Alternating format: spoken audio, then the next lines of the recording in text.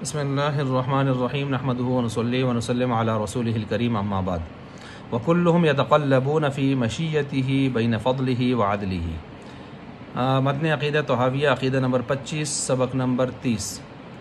اچھا جی، یہ عقیدہ بھی پچھلے تو عقائد کا ہی ایک نتیجہ اور ثمرہ ہے، جس میں یہی بات بتائی جا رہی ہے کہ مشیت ساری کائنات پر اللہ کی چلتی ہے۔ جو بندوں کے ساتھ معاملہ ہو رہا ہے، اللہ تعالیٰ فرماتے ہیں، یہ امام طحاوی یہاں فرماتے ہیں وَكُلُّهُمْ يَتَقَلَّبُونَ، سب کے سب لوگ يَتَقَلَّبُونَ تیر رہے ہیں، فی مشیتہ، اسی کے مشیت کے دائروں میں، بین فضلہ وعدلہ، اس کے فضل اور عدل کے درمیان۔ اچھا، تو مشیت اللہ کی ہی چل رہی ہے، اور اگر کسی پر نعمتیں خوشحالیاں آ رہی ہیں تو اللہ کا فضل ہی ہو رہا ہے۔ اور فضل کا مطلب ہوتا ہے کہ بغیر استحقاق کے کوئی چیز اس کو دے دی جائے۔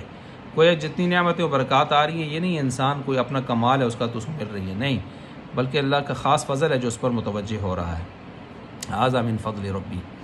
اور اسی طرح جو ہے، اگر کسی پر کوئی برا حال آ رہا ہے، بدحالی آ رہی ہے، مصیبتیں پریشانیاں آ رہی ہیں، تو اصل میں یہ اس کے کسی نہ کسی وقت کچھ اس طرح کے کیا کردہ سلسلہ ہے، وہ آزمائشیں بھی اس پر آ رہی ہیں، یا رفع درجات کے لیے، آزمائش کے لیے اس کے اوپر یہ چیزیں آ رہی ہیں، تو یہ عدل کی ایک صورت بن جاتی ہے۔ تو گویا اللہ بندوں کے ساتھ فضل اور عدل کا یہ دو طرح کا معاملہ فرما رہے ہیں۔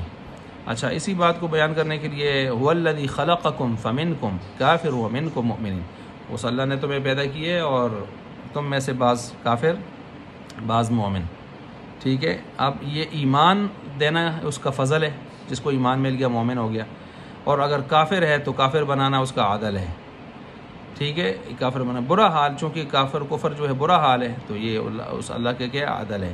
کیا مطلب، ایک آدمی اپنے کرتوتوں اور اندرون حالات کی وجہ سے ہے ہی کفر کے لائق اور کفر کو پسند کرتا ہے، تو اللہ ہدایت جیسا قیمتی خزانہ زبردستی نہیں ٹھونستا۔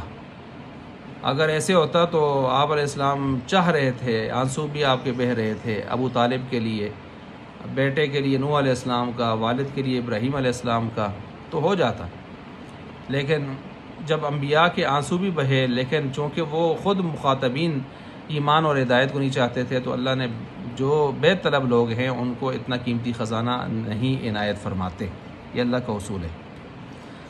اچھا، اسی طرح بعض لوگ یہاں پر ناسمجھی کی وجہ سے عدل کو زیادہ پکڑ لیتے ہیں، وہ کہتے ہیں جی عدل، جو اللہ سے اللہ کا عدل مانگتے ہیں، تو ایسے نہیں کرنا چاہیے۔ عدل اللہ کرنے پہ آ جائے تو پھر میں نے ابھی پچھلے عقیدے میں عرض کیا، ہم اس قابل ہیں کہ اللہ معاف کرے کہ ایمان ہی چھین لیا جائے، اتنے بڑے کوتاہ لوگ ہیں، ہم گناہ گار لوگ ہیں۔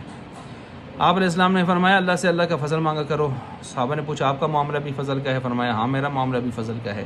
تو پھر کوئی اور کیسے اپنے اعمال کو جتلا سکتا ہے اور اس پر جو ہے اترا سکتا ہے؟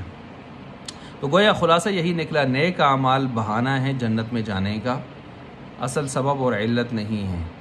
سبب اگر اس کے لیے کوئی بنے گا تو وہ اللہ کا خاص فضل بنے گا، فضل اللہ کا فضل بنے گا، تو تب جا کے یہ بات ہوگی۔ اعمال تو بہانہ ہوں گے، اعمال تو بہانہ ہوں گے۔ تو بہرحال یہ عقیدہ نمبر 25 میں نے آپ کے سامنے بیان کر دیا ہے۔ باقی اللہ ظلم سے بالکل پاک ہیں، اور اس پر پیچھے بھی میں آیات پیش کر چکا ہوں، وما ربک بظلام للعبید، اور وما اللہ یرید ظلما للعالمین، وما کان اللہ لیظلمہم ولکن کانوا انفسہم یظلمون۔ اللہ ظلم نہیں کرتے، خود یہ انسان اپنے اوپر کیا کرتے ہیں، ظلم کرتے ہیں۔ یہ ترتیب سے